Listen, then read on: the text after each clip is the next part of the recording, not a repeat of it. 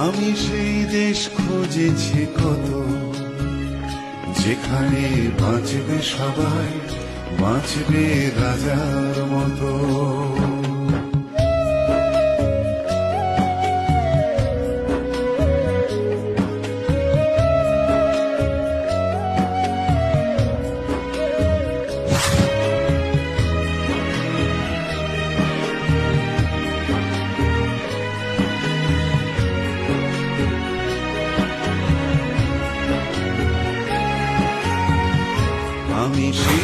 আমরা এখানে বিগত 35-40 বছর আছি।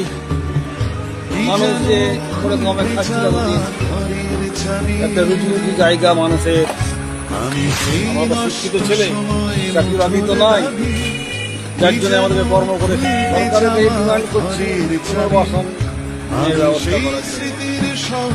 আমার নাম সঞ্জীব কুমার দাস।